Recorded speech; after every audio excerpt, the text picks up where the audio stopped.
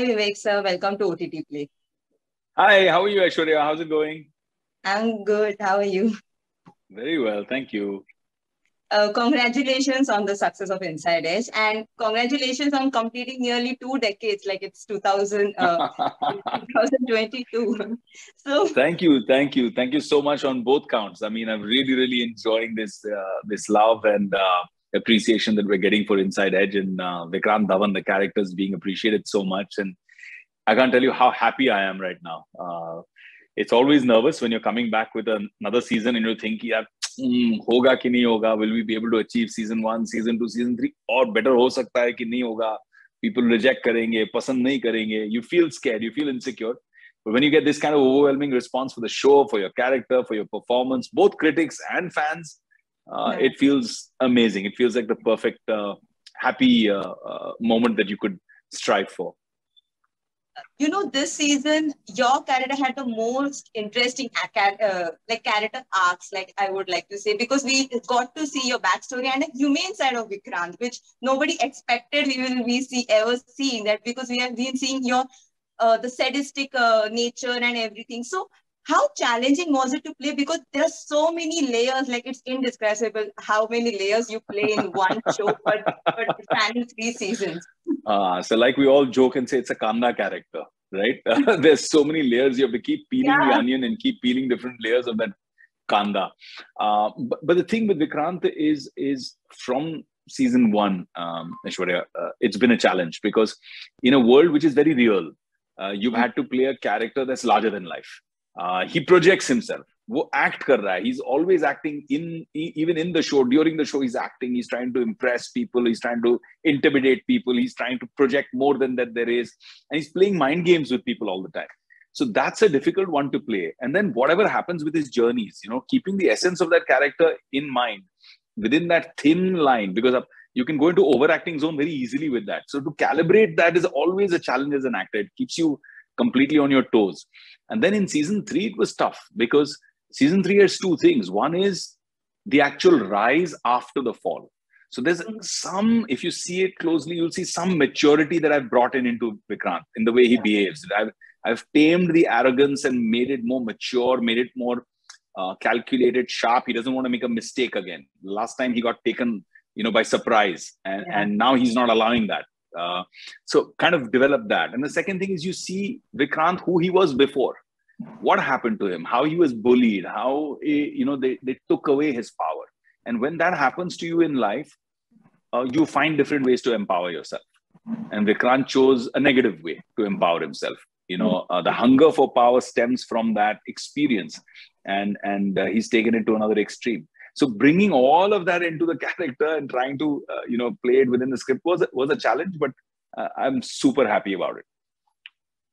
And you have been playing this character for nearly 5 years, because 2017 was the first season which came out. So I'm sure you started shooting way back. So nearly for 5 years, you have been playing the same character, which is layered, like we were mentioning. So how do you switch off from this character? Because I'm sure it takes some personal, there's some personal takeaway as well when you're shooting for the series with such intense sequences. Well, I do get a lot into my characters. I mean, I have a whole process where I write an autobiography of each character. So for me, I've written from the day Vikrant was born till the time the series starts. What is the process for Vikrant? And that's all my own internal process. So I feel like I know these characters really well. And when you're performing very intense scenes, sometimes it affects you, right? It kind of, by the time you try to get out of it, the character stays in your head. Earlier, it used to be difficult for me. But now I've got the best and the smoothest and easiest antidote, which is my kids. So I just go, I have a bedtime story session with them, I put them to bed, or I play with them, I have conversations with them, and life is amazing. It just resets me back to Vivek Oberoi, back to who I am, the father, the husband, the son, the person, rather than the actor.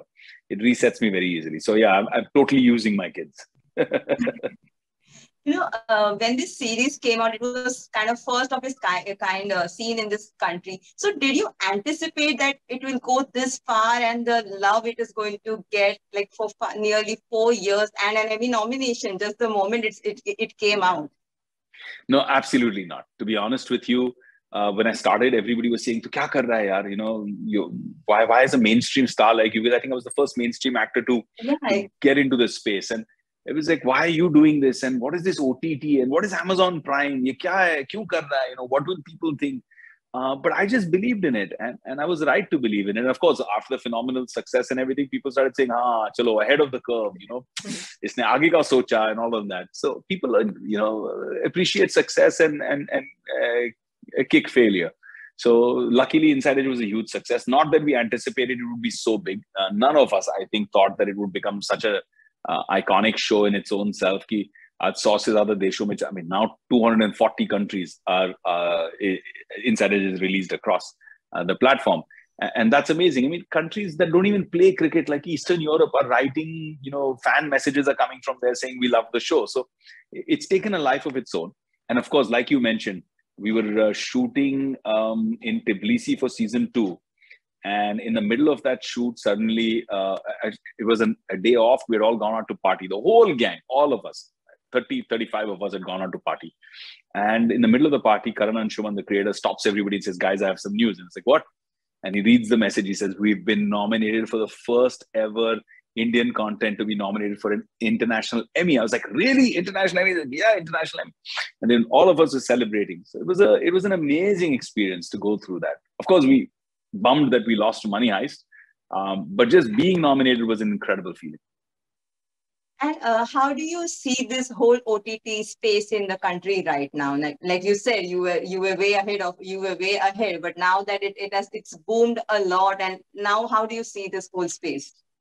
I think it's an amazing space. The more it thrives, the more people that join, the more talent that comes. I keep giving, Pratik is such a wonderful actor, and I love his work, and that's why I keep giving his example. But look at what this industry has brought. Like Pratik Gandhi comes in and shines, and like him, there are just so many people who are talented. Like Siddhant, who's doing so well now, started here. Tanuj, this was a big breakthrough role for him, and look how well he's doing. My own cousin Akshay, he, after his first film failed, he was going through such a tough time, and look, now he's one of the busiest actors in the country, doing more than 10, 12, series, films. He's just working around the clock.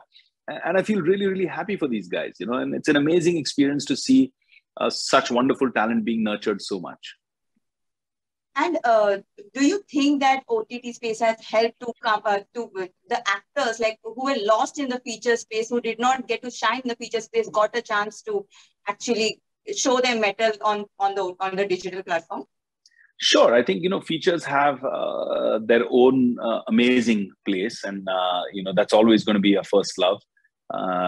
That's where I started my career, and everything I am today, I owe to that industry and to what the audiences in the feature films have given me. But OTT has its own special space too. I think they complement each other beautifully. And I think that the transitioning for actors between OTT and film and OTT is going to be much easier than it used to be between TV and film. And how do you look back at your journey, this like 2-decade journey? How do you look back as an actor? I don't look back, Aishwarya. I look forward. I believe that when you're driving a car, you don't drive looking in the rearview mirror. You drive looking at the beautiful road ahead. So I'm super excited. I'm doing 6 projects right now, 2 shows, 4 films. One film I'm shooting right now, right here in Kerala. Another I'm shooting in Mumbai. The series has started called Dharavi Bank, where I play a protagonist, and Sunil Shetty plays the antagonist there. And it's a really crazy world, a gritty, mad space being helmed by Samit Kakkad, who did phenomenally well with Indori Ishq. So it's that crazy world of one man trying to take down an illicit empire. So I find myself on the other side, which is exciting. Then I go to London to shoot in March, April. So things are going really, really well. And I'm only looking forward. No time to reflect. That you mentioned Kerala. People went mad when they saw you in Lucifer. And now people can't wait to see you in Kaduva. I mean, what can you say about that role? I mean, you're reuniting with Prithvi Raj. He's actually he's the protagonist, and you're again an antagonist. But what can you say about it? People are damn excited for it. So I'll tell you, I mean, my experience playing Bobby in Lucifer was an amazing one. Yeah, mainly I did it for Lal Aiton and for Raju. I mean, Raju is just an amazing guy. He's become such a good friend. I've had so much respect for him as an actor and a director, and now we're buddies. So when Raju called me about Kaduva and he told me about the story, and I told him, man, I'm packed, I'm overcommitted. And he said, look, I just need 26 days and I need them like now, we can go shoot. So I figured and juggled my entire schedule to do it, because I loved the story. I loved the clash of these two real strong men, and that whole testosterone clashing between two guys who come from two very different mindsets was very exciting to me. And of course, it was also an opportunity to work with the legendary Shaji Kailas, who's such a phenomenal director. I mean, this is his 46th or 47th film, and he's made some phenomenal films. I mean, some of the biggest names as DOPs, Santosh Sivan, Ravi K. Chandran, have all started under him. They've come from the school of Shaji Kailas, So for me, working with somebody like that was also an amazing experience. And I'm sure you watch a few OTT shows or movies. So what shows did you enjoy watching in the past couple of years? If you can give out like 5 OTT shows you like watching. Can you see it? Yeah. Yeah, I just loved Squid Game, man. It was awesome. Loved Narcos, loved Squid Game, loved Mirzapur for the Indian context. Also a little biased because I love the guys creating it. Loved Scam 1992. So I've been watching shows, and loving it. I loved what Samit Kakkad, the director, has done with Indori Ishq. I thought that very B-town, intense love story, that pained love story, was very nice to see and resonated with the youth in a huge way. Thank you so much, Vivek. It was great talking to you. All the best. Can't wait to see you. My pleasure. Thank you so much.